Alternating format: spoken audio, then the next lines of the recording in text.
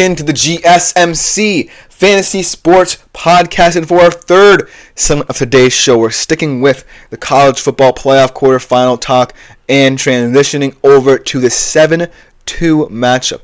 Certainly does not feel like a 7-2 matchup, though, between Georgia and Notre Dame. And this game, over the past couple of weeks, with all the talk and rumors about a certain Georgia player, has gotten a lot more interesting. And we now know the complex path Georgia has in this game going up against a Notre Dame team that's hotter than anyone in the country. Because for the first time in quite some time, Georgia will be sans Carson Beck. Because after that elbow injury in the SEC championship game, after having season-ending surgery, he actually decided that he played his final game in the SEC championship and has declared for the 2025 NFL draft. So, the fate of Georgia rests solely on the shoulders of young Gunnar Stockton, a former four-star recruit in the 2022 cycle, thrust into the spotlight against a Notre Dame team that might just be, like I said, the hottest team in the country after a bizarre loss to Northern Illinois. And in this matchup, I'm really looking at how Georgia can compensate for that discrepancy here. Because if this were Carson Beck, I'll be looking a little bit more at how in the passing game, at least his accuracy and rhythm could have kept the Bulldogs on schedule. Now with Gunnar Stockton, from the limited action we have seen him in, especially in that SEC championship game, he does appear to be a little bit more mobile than Carson Beck in some situations, a little bit more willing and amenable, for that matter, to attack in that manner. And he might just have to, because when I think about Georgia's run game, it has been a little bit short of what we thought it would be in terms of supplementing and complementing the quarterback position. Because Trevor Etienne is one of those guys who, when he's in the open field, can make big plays, but he certainly isn't someone who I would completely and utterly rely upon if my season were on the line. And that goes for Nate Frazier as well. For as impressive a season as he had, he has been someone who I can completely trust as a player of youth in this team when you're going up against a juggernaut like Notre Dame. So for Georgia, this game is going to be all about this defense. Can Michael Williams, can Jalen Walker, can all those guys make big plays against this Notre Dame smash-mouth physical attack? And then for Notre Dame, there are a lot of things that I really like about this football team, but there are a lot of things that could come back to bite them. When I think about the things that I like about this football team, I like that this is a very smash-mouth physical brand of football played by Notre Dame on the offensive side, because you have two running backs in Jadarian Price and Jeremiah Love who can really, at its core, take over a football game unlike any other running back duo in the nation. They just force you to bring them down. They just force your defensive front to move with them. They force linebackers to make sideline-to-sideline tackles. They tire down defenses is what I'm saying. And that could be very integral to ultimately trying to get this win here. And so I do feel like when it comes down to who on offense can move the ball better, I'm actually leaning slightly towards Notre Dame, even though Georgia's defense has proven that it can stop the run against a team in Texas who has really looked impressive against with the run game these past couple of weeks. And so that could be something that comes back to bite Notre Dame, which is why I'm so puzzled about how to think about this game from an offensive standpoint, because it could be very low scoring here. And I do think that the difference could come down to which of these two teams establishes the run game for two quarterbacks who, for the most part, would be most comfortable with their teams winning the football. And this is an indictment of Gunnar Stockton, who we really haven't seen, or Riley Leonard, who ultimately thrives in this kind of offense.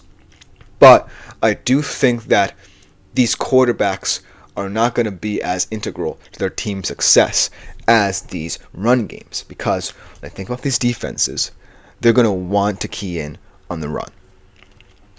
Also, when you look at Notre Dame's defense, they also have a secondary to back it up.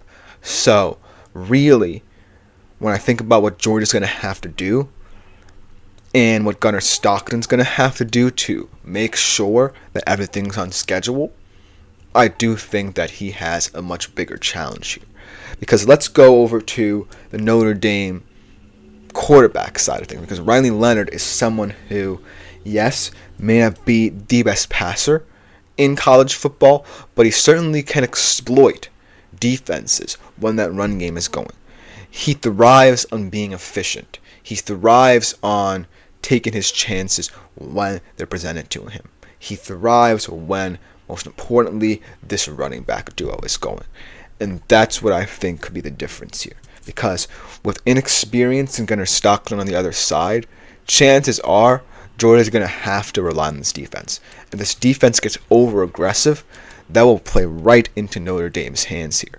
Because they feel like they can establish the run game, they feel like they can potentially win in the trenches, and ultimately, Riley Leonard can be the difference here. Should you know, all you have to do is be on schedule. And so that's why I think in this matchup, I'm really not necessarily looking for any modicum of consistency out of these quarterbacks. I'm looking for efficiency, because efficiency is what's going to win this game. It's not going to come down to, consistently hitting your short to intermediate routes. It's not going to come down to explosives. It's going to come down to who can take the opportunities when they're presented. And I think Riley Leonard might just be the better one at that. But let's go to the Notre Dame defensive side of things, because certainly this is a defense that on paper is quite similar to what Georgia can bring to the table, but does also have a loss within its ranks. Linebacker Riley Mills could be out for the season as well, and he is a big part of the run stop and also in terms of coverage, because a lot of what Notre Dame's defense's success has stemmed down to has been that ultimate balance on all three levels. Their front's been getting home. Their secondary has been covering very well. A lot of sticky coverage within that Notre Dame secondary. But I also think that when you lose a player of Riley Mills' magnitude, I think a lot of attention is now going to fall on this secondary as well. Because I do think that at some points, Georgia might be forced to pass the football a little bit more than they would like. And so it's going to be about, can Notre Dame really, in those kind of vulnerable moments, find the right coverages to where Gunnar Stockton really can get into a rhythm, much like Texas really did in that SEC championship game.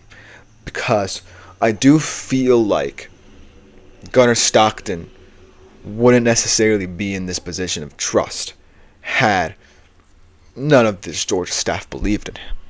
They're going into this saying that Gunnar Stockton is highly capable of winning this football game for them. And they're probably going to have a game plan that shows as much against the Notre Dame defense that has had vulnerable moments this season. But I do think that if Gunnar Stockton is forced to pass a little bit more than he would like and this Georgia staff would like, then Notre Dame's secondary comes to the fore. And so that's why I think that this Notre Dame defense should be okay in terms of compensating for that loss of Riley Mills, because if they had a weaker secondary, then perhaps this would spell trouble for them.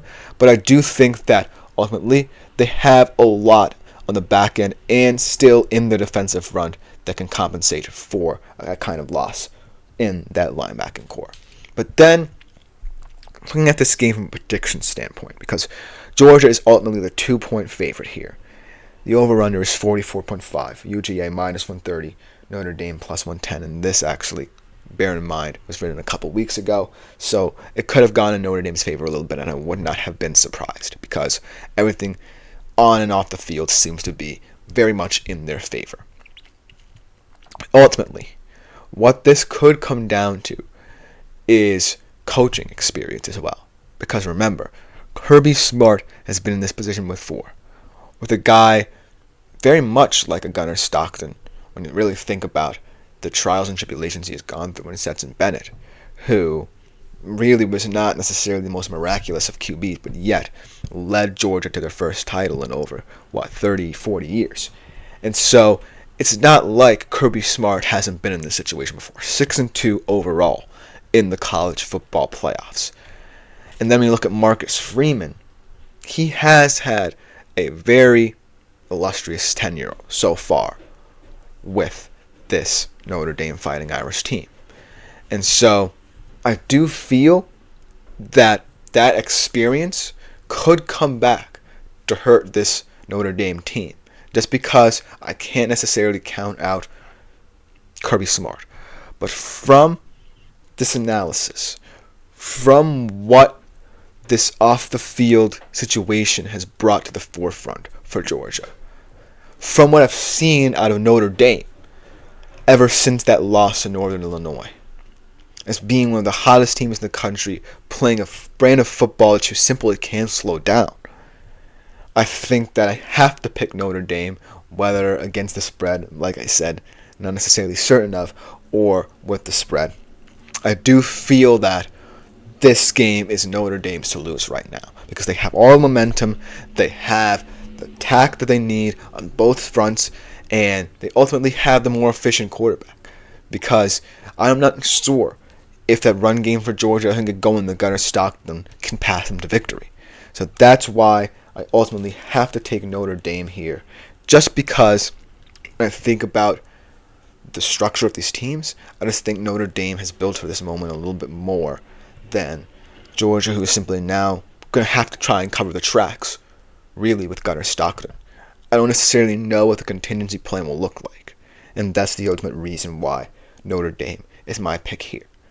But ultimately, we're going to have to see on the football field when that game is played. But coming up next, for our fourth segment of the day, we'll talk about the New Year's Eve showdown between the 6 and 3 seeds, Penn State, Boise State. Very interesting game in that department as well. Be right back after this short break.